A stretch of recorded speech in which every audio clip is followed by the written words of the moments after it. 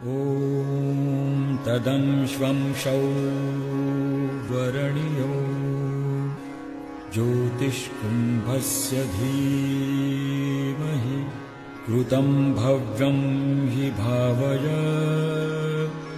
ॐ गायत्र्यै दिव्यै नमः।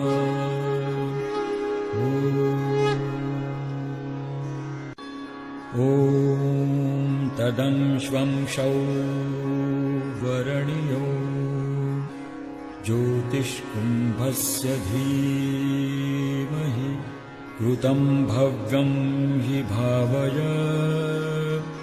ॐ गायत्र्यै दिव्यै नमः।